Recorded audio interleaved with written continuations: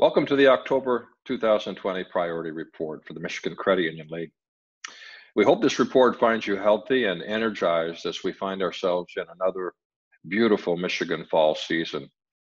This is a busy month for our team as we're wrapping up our what we call hike from home in a virtual world, where we were able to connect with our entire Michigan congressional delegation virtually. Thank you to all of you who participated in these important Zoom calls with our lawmakers.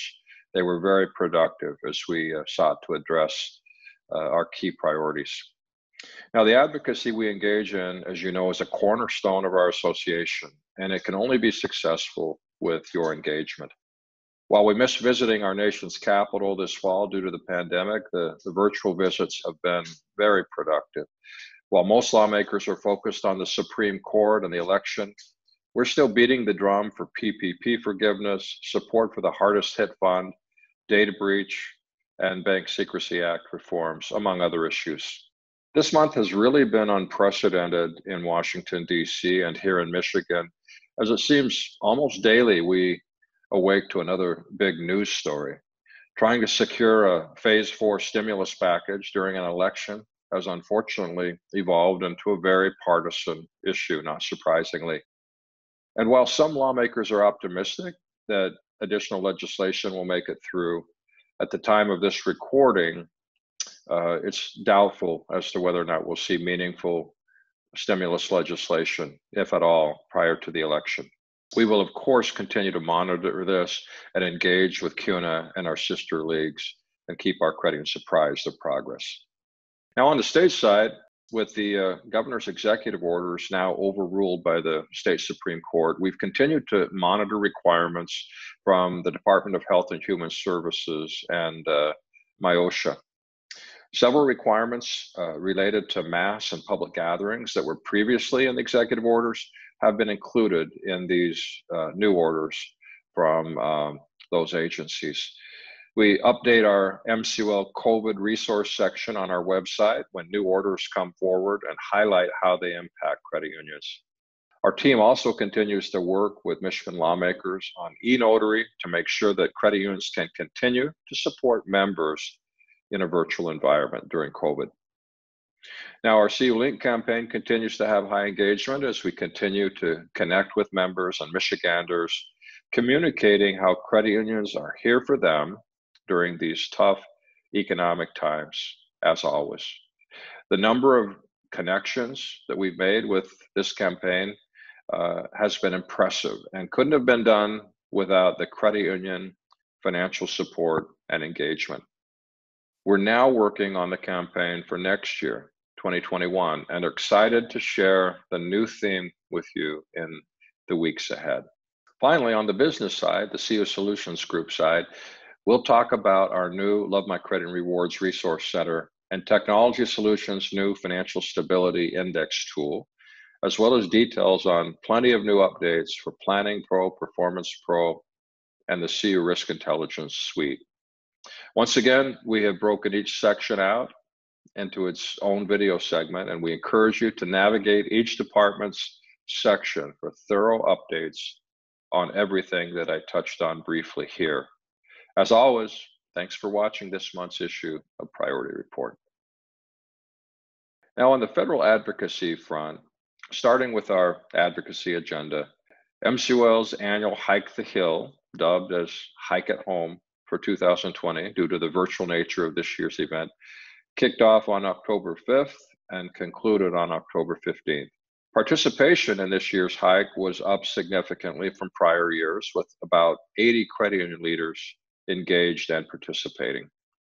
Typically, our in-person hikes on Capitol Hill usually garner around 45 to 50, so we appreciate that increase in engagement and participation. We're pleased by the increased interest in all of these events, and we work to ensure that new participants stay engaged and have a meaningful experience as we participate in this important grassroots lobbying effort. Credit union leaders met with all but one of our congressional delegation, rather. Congressman Justin Amash, who's not seeking re-election, was not available to meet with us. We also met with our two U.S. Senators, Gary Peters and Debbie Stabenow.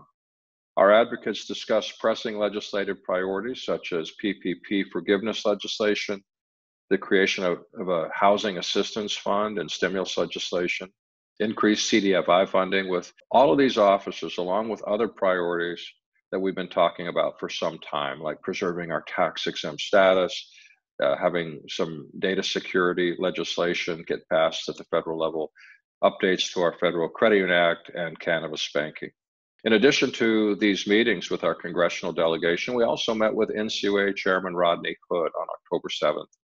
Our advocates discussed the examination environment and net worth concerns, share insurance fund issues, and some specific issues caused by COVID-19 related deposit growth. Chairman Hood was joined by our NCUA Eastern Regional Director, John Cutchie. Now, the 2020 hike was a success as credit union advocates were able to educate and inform federal policymakers and their legislative staff on all of these key issues. We received a number of commitments from members of the delegation to co-sponsor legislation that's important to our movement, both in the current Congress and in 2021 when the new Congress is seated. Before I turn to the state advocacy side, I did want to mention briefly that as I record this, Congress and the White House are continuing to discuss important Phase 4 stimulus legislation. Nothing is certain at the moment, but we'll continue to monitor that progress, as obviously it has become very partisan and politically charged with just 3 weeks before the election.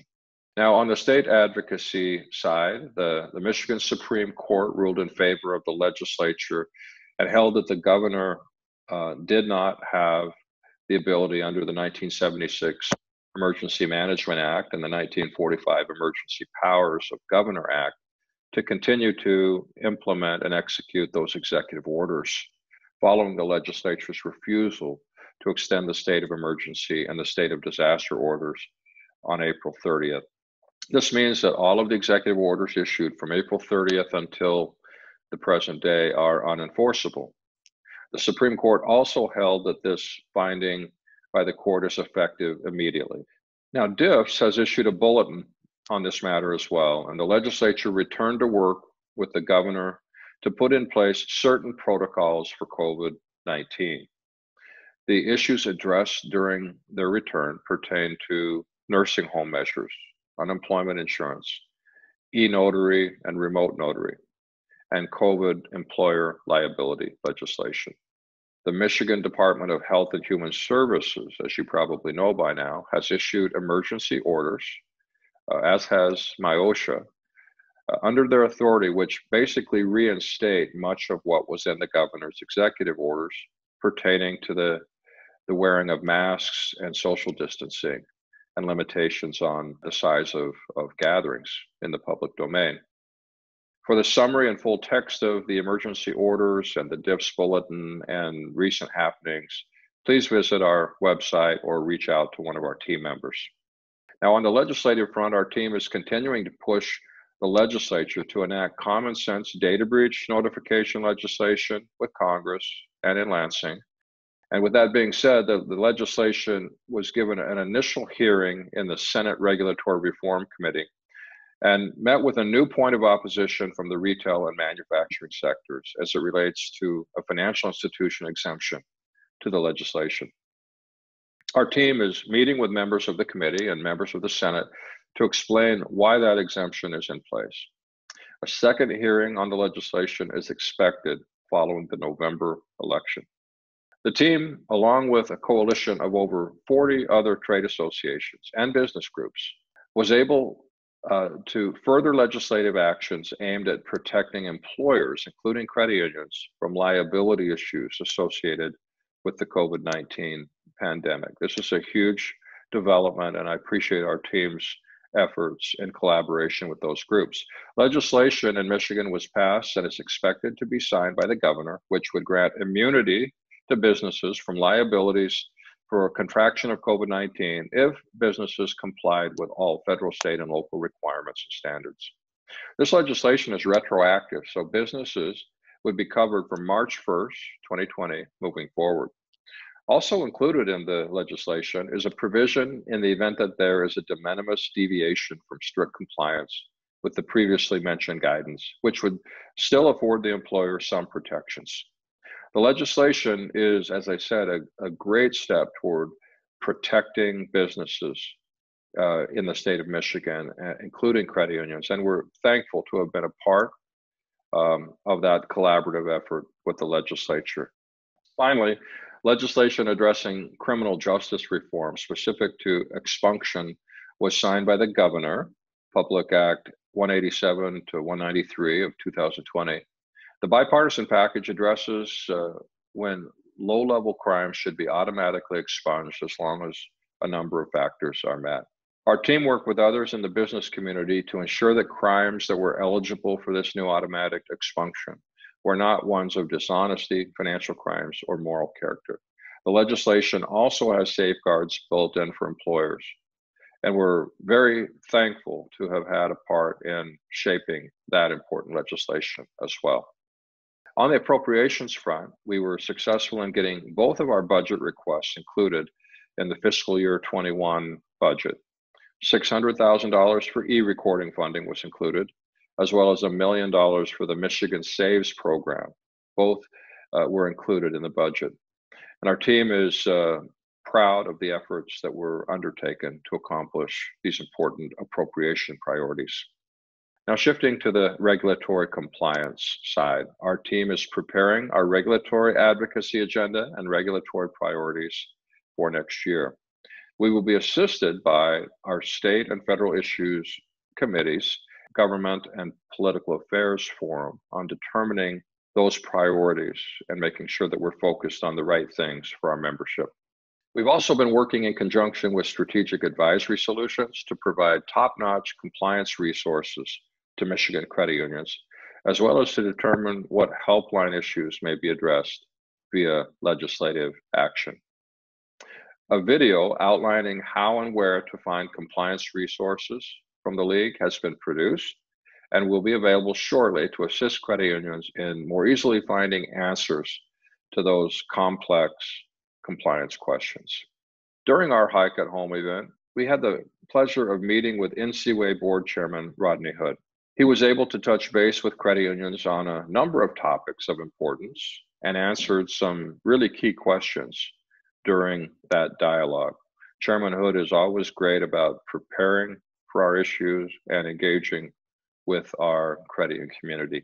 He addressed ongoing COVID-19 crisis issues, including capitalizing interest on mortgage loans, the delay of the risk-based capital rule, and executive orders to reduce regulatory burdens.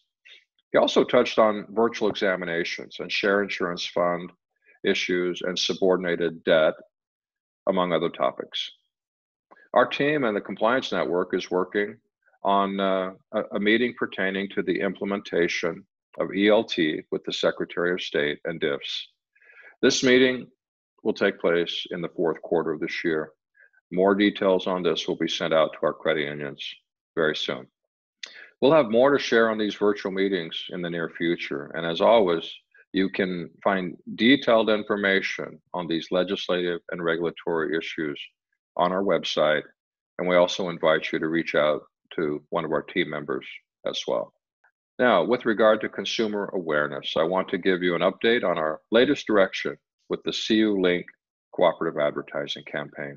Our MCUL marketing team is working in very close collaboration with our partners, DP Plus and Cube TV, on developing new 2021 CU Link campaign creative. Messaging is highly focused on Michigan-based consumer and small business needs, such as loan modifications and credit and resources, by emphasizing a sense of togetherness and community, while highlighting the benefits of the credit union difference in their everyday lives. We look forward to showing you a preview of the new campaign in our next month's report. Our MCUL marketing team is also working in tandem with the Michigan Solutions team of MCULSC to identify benefits and resources that will maximize support and outreach for credit union marketing teams in Michigan in the year ahead. From consumer awareness research to customizable video assets or social media collateral. Our teams are collaborating to not only launch a new campaign, but offer top of the line integration products and services to engage members and bolster marketing activities for individual credit unions as they tie into the cooperative campaign. We look forward to showing the new collateral and benefits next month on our MCUR website and in the November priority report video and across social media as well. Shifting to our important Michigan Credit Union Foundation nonprofit. The foundation is funding solutions for remote financial education. The new school year is already in swing, as you know, and we know there are limited opportunities for in-person student interaction. Modifications have been made so that the Financial Reality Fair can be conducted remotely with the student app and a credit union facilitator. A series of 4 virtual financial reality fairs is being conducted in October for teens participating in the Detroit Police Athletic League, or POW, fall baseball teams, with the cooperative involvement of financial educators from 7 Michigan credit unions and the Michigan Credit Union League. Elsewhere, 9 foundation community reinvestment grants totaling over $25,000 have been approved so far this year. These are for unique credit union community financial health initiatives that the foundation will help expand and support. Now, this is in addition to the 28 community crisis grants given earlier in 2020 to help credit unions with COVID-19 community assistance. Funding is still available this year for a Michigan Credit Union Foundation Community Reinvestment Grant to be used to help grow and continue your unique community financial health initiatives, especially those assisting underbanked and low-income and underserved areas. Please contact us to discuss any impact ideas, and Beth Troost, our Executive Director, is on hand to answer your questions. Now for an education update. In 2020, more than any prior year in my memory, Michigan credit unions have needed timely information and training that recognize our environment is rapidly changing. So far this year, 85% of our affiliates have benefited from valuable training delivered by our education team, which included dozens of remote sessions to support COVID-19 related issues, many of which were offered free to our member credit unions. I'm so proud of how we've adjusted this year to support our Michigan credit union community, and we're excited about what lies ahead in 2021. We'll be bringing you training that continues to adapt and work within the parameters of this new normal that we're living and working in. But 2020 isn't over yet. We've just wrapped up this year's Leadership at 11 in-person series and are still looking forward to the virtual lending school, supervisory training, and panel discussions on diversity, equity, and inclusion, as well as human resources and law topics. Conference dates are being filled for next year, so watch our website for more information on the 2021 virtual compliance, lending, and marketing conferences, all slated for the first quarter of 2021. Now to shift to the business side and CU Solutions Group. This month, I'll provide an update on our expanded resources for membership enhancement, new capabilities in our core performance solutions products, and the latest on some of our recently announced partnerships. Our marketing solutions team at CUSG has just launched a brand new Love My Credit Union Rewards Resource Center, where credit unions can register for product and industry webinars, enroll in the LMCUR program, access partner insights, and much more. Content will be continually updated to share the best ways to use the Love My Credit Rewards offers to increase member engagement. If you haven't already done so, be sure to check out this new resource and see how we're expanding these offerings. LMCUR is also excited to announce the addition of a new product offering in Identity IQ, an identity, data, and credit theft protection service. Ongoing news reports of identity theft and fraud have many consumers asking their financial institutions what they can do to protect themselves. And this provides an award-winning answer that is only available through CUSG's Love My Credit Rewards participating credit unions. The new sentiment and comment categorization feature of our MemberXP product, MemberView, successfully launched last month for a beta group of select credit unions. This feature captures and quantifies qualitative data, information that is often overlooked due to challenges of interpretation and reporting. These richer insights into the member journey are already allowing the beta group of credit unions to prioritize efforts for member experience improvement. We're committed to helping credit unions manage the member experience and make improvements. Our technology solutions team is finalizing the integration of CalcXML's proprietary API with our content management system so that we can offer their highly customizable financial calculators and financial stability index tool with the acronym of FIST. The FIST tool offers members an instant snapshot of their financial risk exposure in retirement, protection, liquidity, and debt management, and includes ongoing recommendations to improve financial stability tied to credit and service offerings and financial education materials. Shifting to our performance division. The Performance Solutions Division has continued to roll out additional updates to our core HR performance platforms. Performance Pro now has an auto welcome email that can be sent to all new users with the ability to create their password from the email, and it has single sign-on capabilities, allowing users to toggle between Performance Pro and Planning Pro, a new feature that integrates these two products. And speaking of Planning Pro, we've updated this solution to include an expanded project management functionality that allows non-assigned team members to watch plan components and receive email notifications when updates are approved, and a collaboration tool enhancement so plan participants can send private comments and track the number of unread comments and tasks. All of these features are based on input from our client credit unions to make Planning Pro a more robust and more effective tool for planning.